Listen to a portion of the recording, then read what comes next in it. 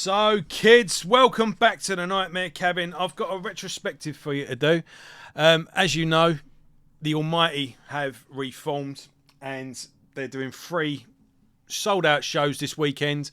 As I'm recording this, they're currently smashing Glasgow to pieces, and tomorrow it's going to be Manchester, and then I'm going to be going to the London show with my wife and my son, and I'm also going with Luke, who you know from Maidencast. And he's going with his wife as well. Check out her YouTube channel, by the way. Silver Screen Snob. She does movie reviews.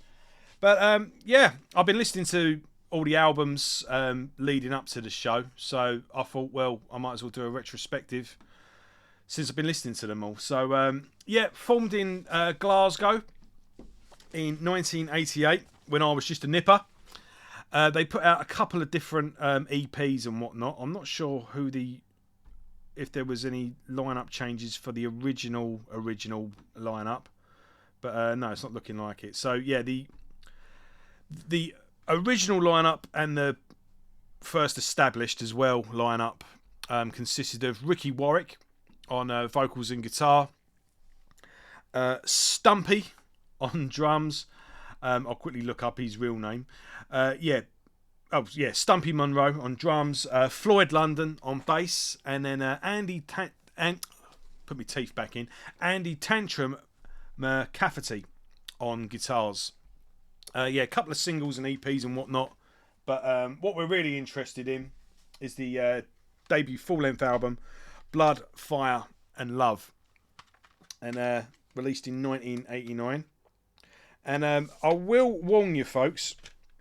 This edition I've got here, it's got this like Japanese obi strip thing. Now I think this is the same record label that put out. Where are they? No, I don't think. Is it the same? Yeah, I've got these. These have also done a couple of Armored Saint albums, and these sound fine. So I don't know what went wrong. But this album sounds like shit. I'm not one of these guys that, I don't obsess over sound. I don't compare this remaster to that remaster, and I don't really give a shit about productions. But this is visible. Like when I first played this in my car, I downloaded it, put it on my phone, and I thought that something was wrong with my speakers or something was wrong with my phone, and it sounds awful.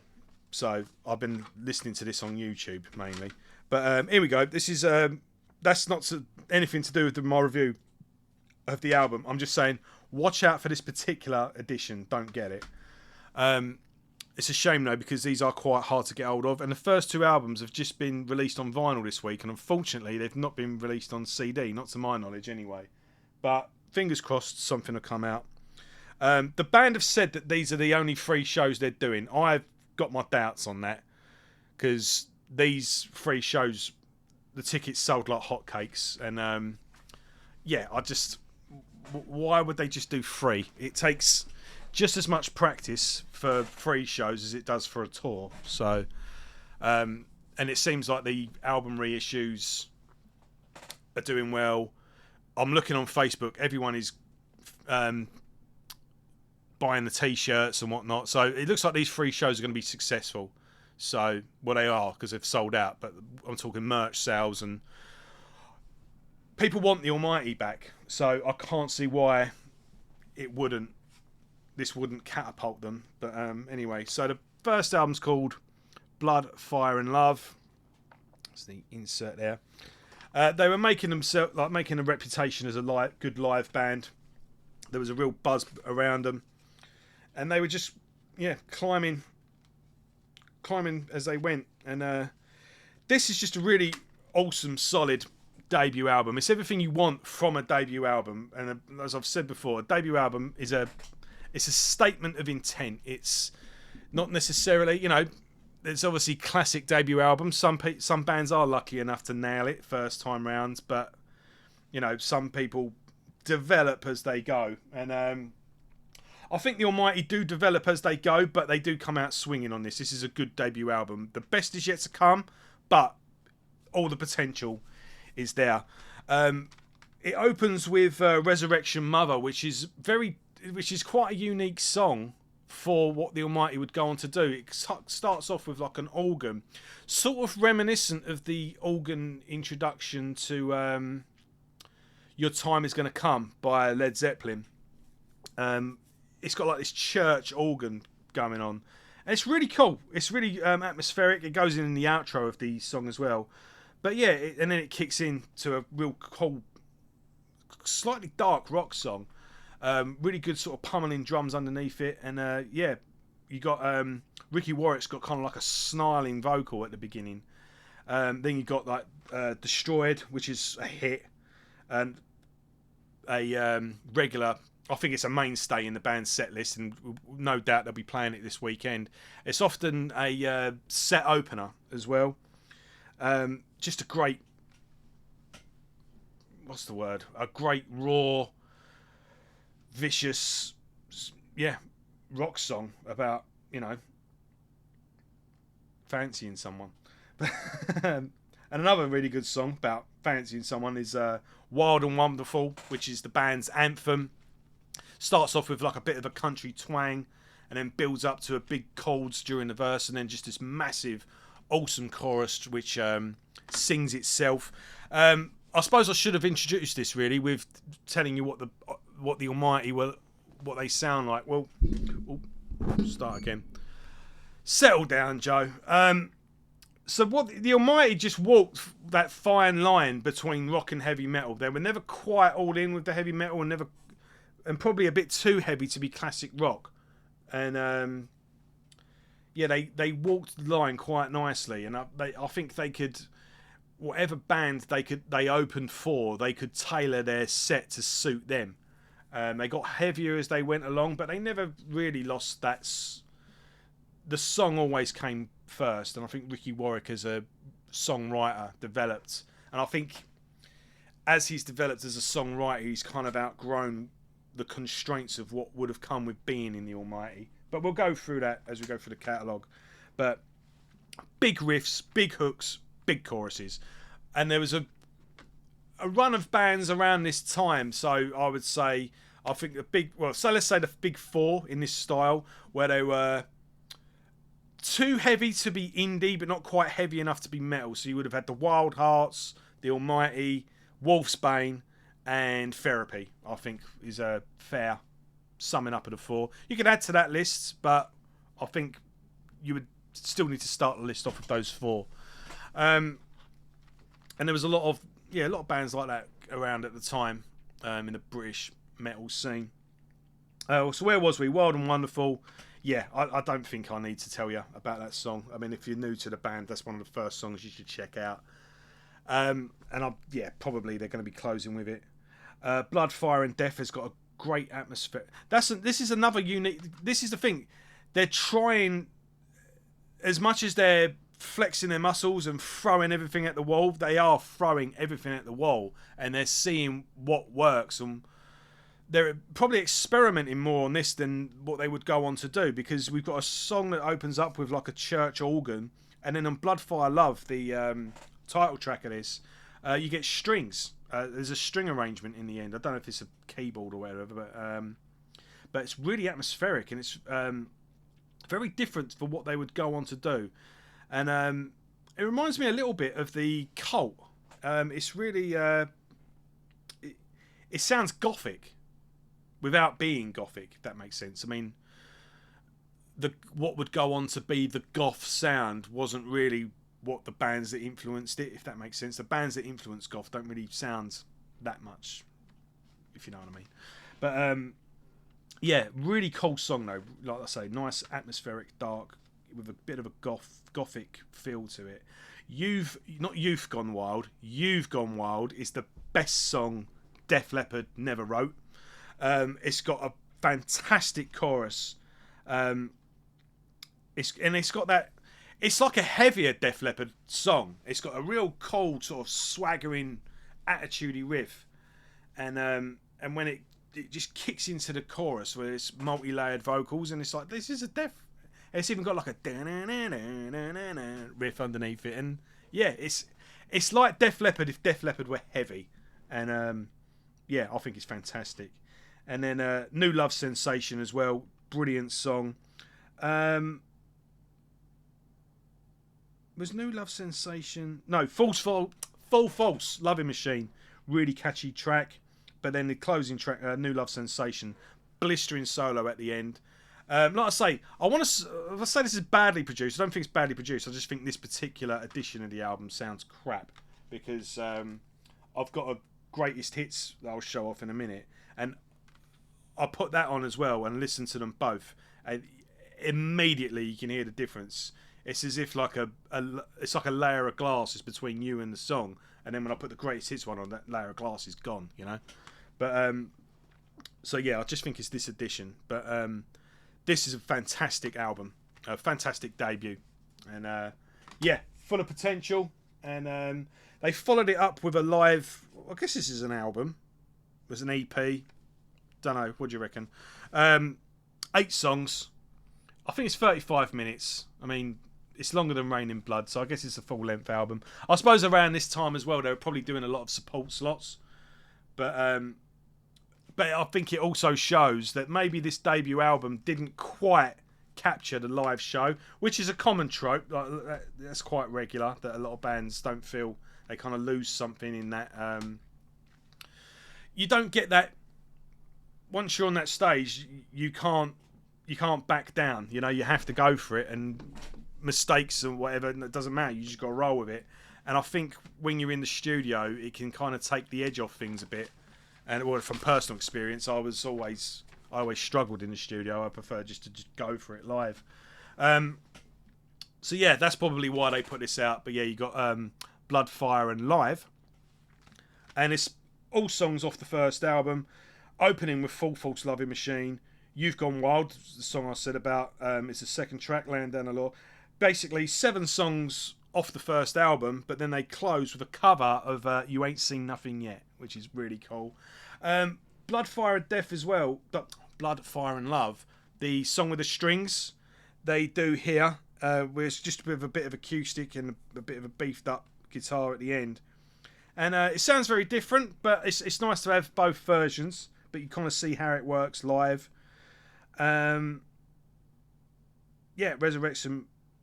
Resurrection Mother, they do have the organ on that, but I guess I just play it through the tannoy. But yeah, nice, cool, raw, good live album, full of energy, full of piss and vinegar, great stuff.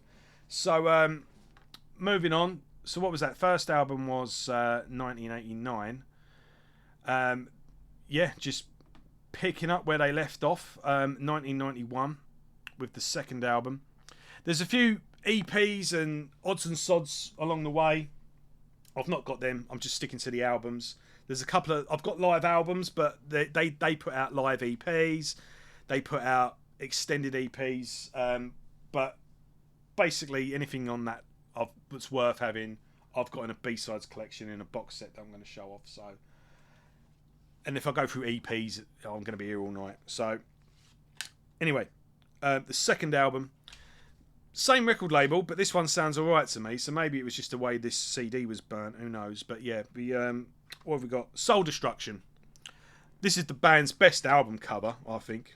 Like that is just a heavy metal T-shirt, isn't it? You could sell that to anyone. With the vest with the cut off top, any girl would wear that if it was in Topshop, wouldn't they? Any bloke would wear it as well, but you know I'm getting it. But yeah, it's just that is just a classic T-shirt, isn't it? That's up there with the Motorhead logo. But have we got any cool photos in here? Same lineup, by the way. I swear I saw some pictures.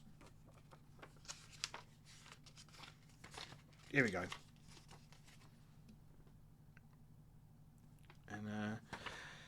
And yeah, we basically just pick up where we leave off. This sounds like a band that's been playing their asses off, been gigging loads, and then just been writing and rehearsing, and just slightly tighter, just more developed from the first album, really. Crucify, got pummeling drums on that one. It's just a really good album opener. Free and Easy, fantastic song. Again, a riff that just... you can get a suntan just listening to Free and Easy. It is just the soundtrack to the summer. Love Revolution's real heavy and chunky. Bandaged Knees is quite a nice ballad. Nope, that's on the next album. I won't talk about that just yet. Devil's Toy, again, another one. That's another one with a bit of a country twang to begin with, and then kicks in with, again, choruses that just they sing themselves. This particular edition as well has got a couple of bonus tracks. So this has got a cover of Bodies by the Sex Pistols. I love every song by the Sex Pistols, even the shit ones that they put out on these compilations, which have unreleased songs that have not seen the light of day for 35 years, and then you put it on and you go, yeah, it was for a reason, wasn't it? But yeah, we kicking off with a 1-2 punch here. We got a great debut, great live album, and a pretty anthemic second album. Following that up, they put out a video, Soul Destruction Live. You can find this concert on YouTube. It's a bit rough. It looks like a video, but I'd love to see this reissued on DVD. This is a great set, and it's basically all the best songs from those first two albums. And the band are just on fire. They've got the world at their feet on this, and yeah, they're ready to take over the world, basically. Right, at this point, Tantrum, what's his name? Let's quickly look it up. Andy Tantrum McCafferty leaves the band, and the three people. You got Stumpy, Floyd, and Ricky are the main three, and they're pretty much the main three all the way through going forward. It's always like the second guitarist that they change, but it's not that many lineup changes. It's pretty solid. So Pete Fresson, I hope I pronounced that right, joins the band, and they put out, which is arguably the band's masterpiece, Power Tripping.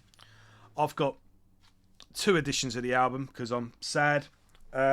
One has got the second CD, live at Donington, legendary set on that one, and then I've got this one here, which has got a mixture of live tracks, B-sides, demos, and all sorts of crap.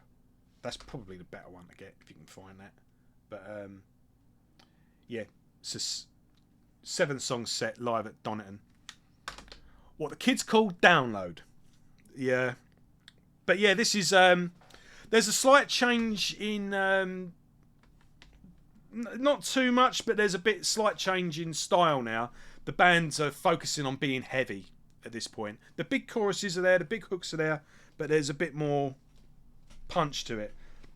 So kicking off with Addiction, great song, nice big chunky riffs, big grooves. With this and the next album, the Almighty basically sound how Metallica thought they sounded during the Load era, and how people that liked the Load era tried to convince themselves that's how they sounded. No, this is how it's meant to sound. And the Black Album, you know what I mean. But let's go through this actually, because I bet there's some cool stuff in here. So as you can tell, the band were... Oh, how cool is that poster? No, not that one. There you go. I thought the Wild Hearts were actually bigger. With the Almighty and the Wild Hearts, I thought Wild Hearts were the bigger band, but no, apparently not. They opened for the Almighty at one point. On this though, yeah, they just go from strength to strength. The songs just get better. The touring. I don't know if this was the point. Look, they were on the front cover of Kerrang. They were smashing it, basically. I don't know if this was when they opened for Maiden. They did a tour opening for Maiden, but they were going to open for all sorts of people. But yeah, you'd have to. Might be in this one. But yeah, obviously that was a big highlight of the band's career. But that would be the highlight for anyone's career, wouldn't it? Opening for Maiden, and that was like the site. It was a bit like Kiss to begin with.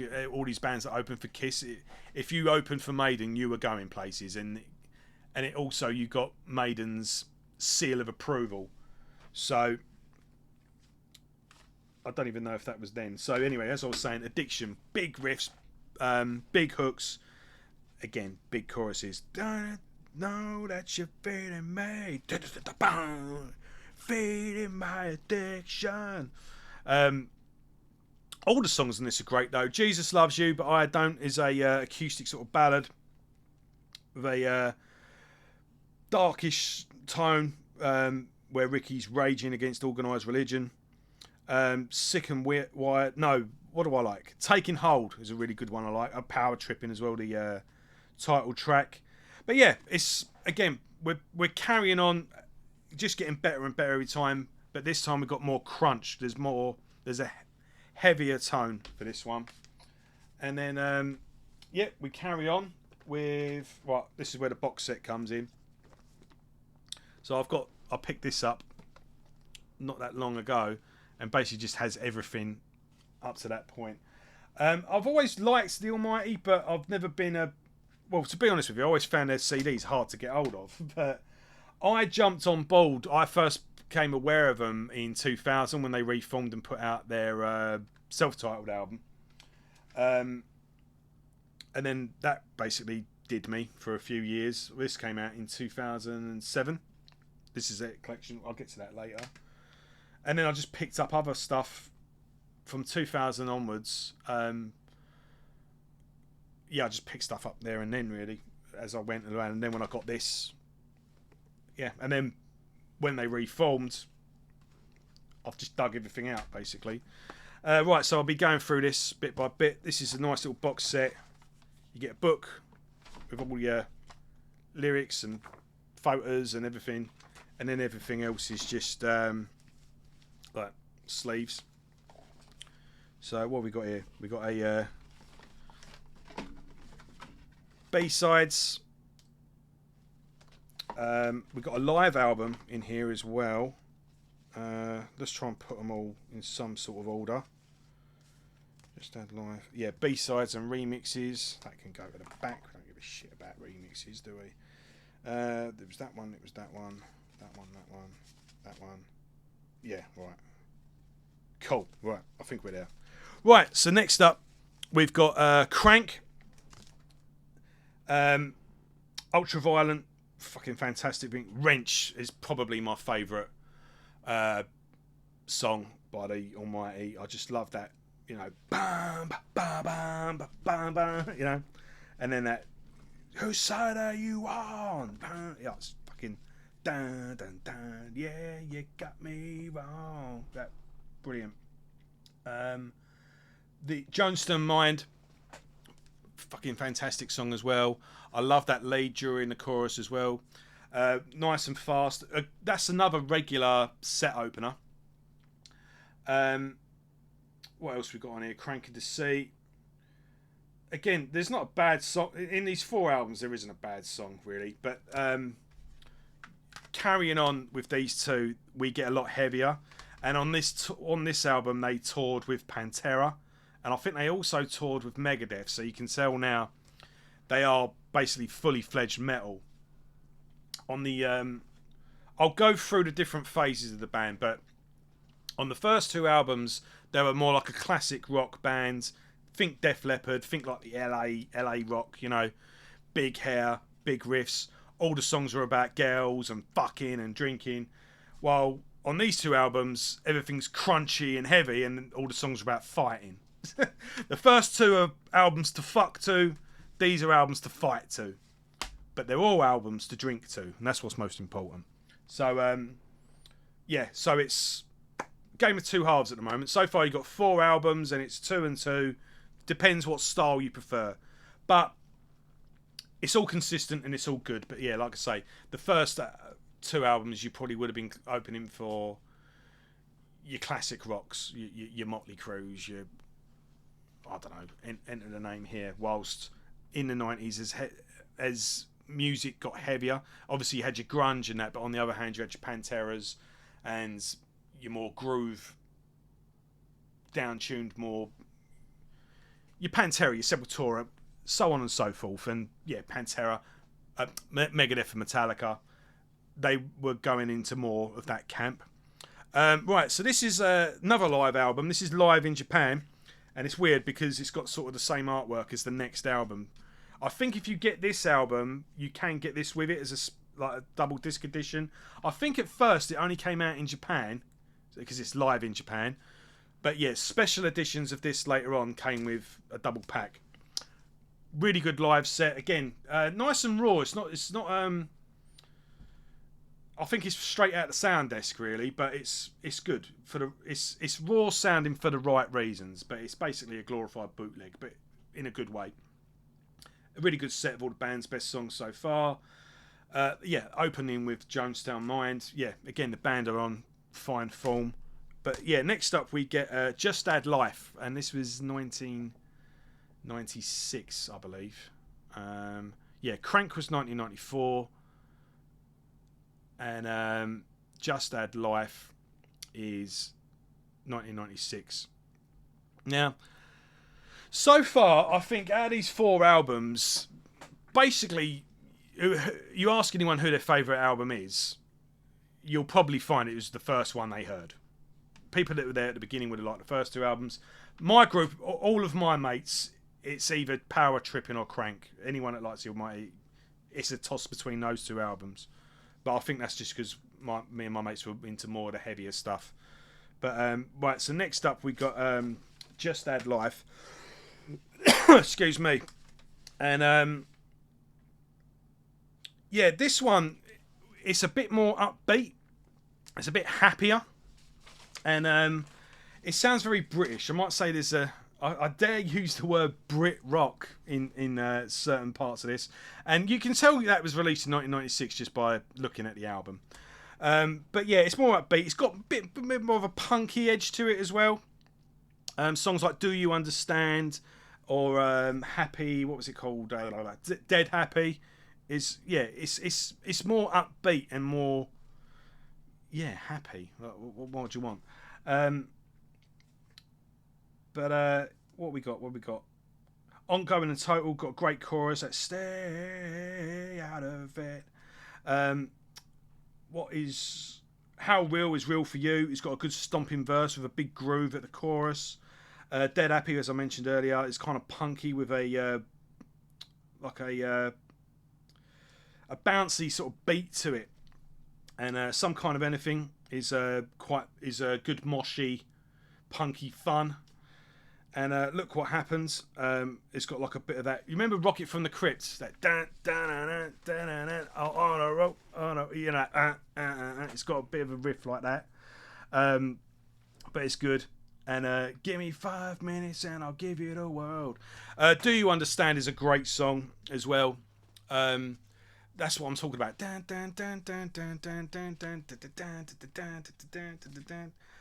Do you understand that one? All sussed out. All sussed out. We get horns. We get it gets horny. You get like a horn section. Dun dun dun dun dun dun dun. I wonder if they do that live with if they get some trumpet players out or whatever. That'd be pretty good. But speed up the breakdown. Got you all sussed out. Great song. But yeah, this one's a bit more upbeat, bit happier. And it sounds very British. It sounds like a British rock band in 1996. This would have been a great album to get drunk to during the summer of 1996. Now at this point the band split up. Things just fizzle out. Ricky does form another band that no one's heard. Let's be honest. Has anyone heard that band? I've never heard of them. I know they exist. I know they did an album, but I've never heard it. Never seen it anywhere. Yeah. Anyway.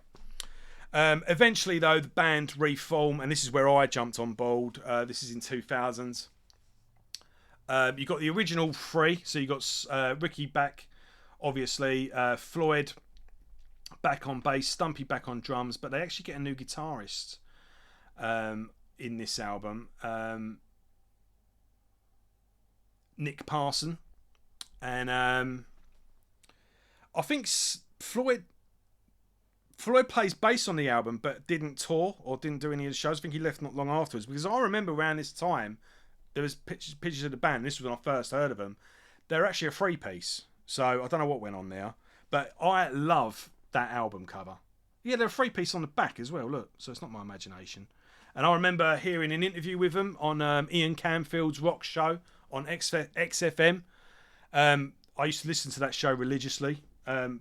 Big shout out to Ian Camfield. I actually emailed him once and just sort of said, like, he was a big influence on me back in the day. And he wrote back. So, super nice bloke. And I think he's from my area as well, because another band, Kilkus, that are around here, when he played their album, he said, can someone from the band get in touch with me? Because I think I might have gone to school with one of them. So, yeah, I think he's a local lad. Did well. But anyway, 2000s, this is when I first heard of the Almighty. I remember them playing the Astoria. And yeah, this is a really good, mature album, really. This is Broken Machine's got a fantastic opening track. La Chispa de la Muerte, I think that is. It's a great rock song with a scream bloody murder during the chorus. Big Black Automatic. It's got like a pomp punk feel to it, reminiscent of the band the Yo-Yos. Did you ever hear of them? Danny McCormack, bass player in the Wild Hearts. This is, again, there's a lot more punk influence on this in think the Clash, you know. For fuck's sake, that's the song title. Good stomping verse with a good chorus. Yeah, it's shakes and moves. You've got Poison Eyes is a really good one.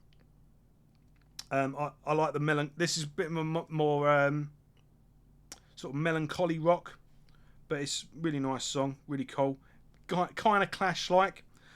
White Anger Come Down's got a fucking great riff. It's a real hooky sort of riff, sort of reminiscent of Wasted Years by Iron Maiden. It's got really good Why is everybody so unhappy? I love that riff though. It's just cool, sort of up thing, like trying to fucking a high pitched sort of riff that yeah, sort of reminiscent. Best way I can say, reminiscent of Wasted Years by Iron Maiden.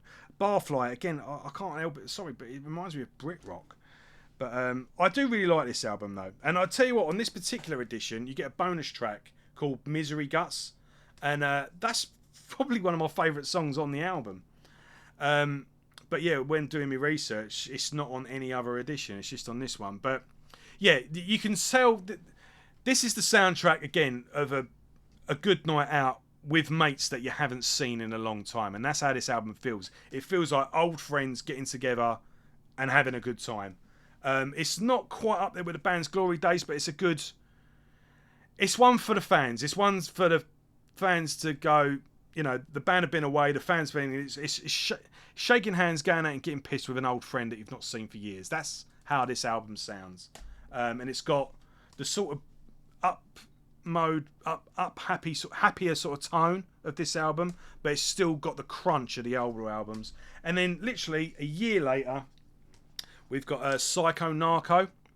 And I must admit, it sounds like they're running out of steam on this one, and it's 45 minutes, but it's 14 songs long, and it's no album needs to be 14 songs long. But it's not that it's a bad album, but it just feels like all these albums have got like really big openers, and it feels like a concise piece of work, while this just feels like a collection of songs, and none of them are terrible, but none of them are really stick out. There's gems on here, and they're all good songs, but you know what I mean. It's just like, right, Rose, the single off it, guns, thing, gasoline. I just sort of just plops along. What was the Soul on a Roll? Again, it reminds me of Rocket of a Cliff. Soul on a roll, what was the one? It was Begging. Is that it? I can't remember what the song's. Yeah, Begging. It's got like a bit of a rockabilly riff at the beginning of it. You got 14 songs, but you got a lot of variation on here, and It is good. Waiting for Earthquake is a nice melancholy song as well. But this kind of feels like this is Ricky's first solo album. Like, it looks like he was the main songwriter, but I mean, a band obviously must have chipped in, but I think he was always the main guy. He was the one that's gone on to do other stuff, you know. But it feels like he's getting ready to go solo on this album. It's, like I say, not a bad album by any stretch, but holding them to the Almighty's standard, this is sort of it does sort of end on a bit of a damper.